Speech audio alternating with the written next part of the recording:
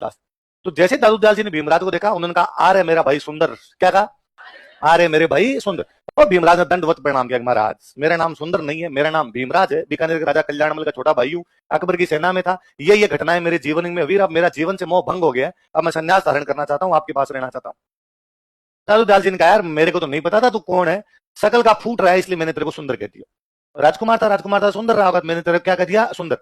पर अब जब तूने बता दिया कि तुम राजकुमार हो, तो मेरी सलाह ये, घर लौट जाओ। राजकुमारों के लिए वैराग्य नहीं होते।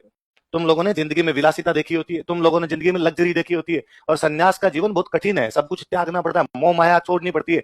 तुमसे हो ना पाएगा, तुमसे मोह माया नहीं छूटेगी। और भीमराज ने कहा कि महाराज, यदि आपको यह लगता है कि मैं मोह माया नहीं छोड़ सकता, मेरा जीवन भी वैराग्य का ही है। युद्धों में कहां विलासिता है, तलवारों के सामने खड़े रहते हैं, मौत का हमेशा सामना करते हैं, तो विलासिता जैसा कुछ नहीं है। पर फिर भी आपको डाउट है कि मैं राजकुमार इसलिए विलासी जीवन नहीं छोड़ सकता, मैं कपड़े त्यागने के लिए तैयार हूं। उसने कपड़े ही त्याग दिए थे, इसलिए उस भीमराज की शुरू की हुई है नागासाका। क्या शुरू की हुई है? दादू दयाल ने उनको सुंदर कह के पुकारा था, इसलिए उनका नाम क्या हुआ? सुंदरदास। ये दादू पंथ में दो सुंदरदास जी हुए, ये पहले थे, एक बाद में, इसलिए ये हो गए सुंदरदास जी बड़े, और वो हो गए सुंदरदास जी। कहा ठीक है, एडमिशन लिखो। दादू दयाल जी कोचिंग का पहला एडमिशन भीमराज जी है। पीछे प्रहलाद दास जी खड़े थे, उनका साहब अपना भी एडमिशन करो। तो सुंदरदास जी ने कहा, दादू दयाल जी ने कहा, नहीं, तुम्हें वैराग्य किसको देख के आया मन में? तो साहब भीमराज को देख के। तो कहा, मेरा चेला भीमराज अर्थात सुंदरदास, और सुंदरदास के चेले तुम हो। दोनों सुंदरदास। अब भीमराज का नाम क्या हो गया? सुंदरदास। सुंदरदास जी प्रहलाद दास जी थोड़े दिन तक यहाँ सांबर रहे, फिर इन्होंने कहा, सर कोचिंग कंप्लीट होगी, अब सेल्फ स्टडी कर ले। दादू दयाल जी ने कहा ठीक है।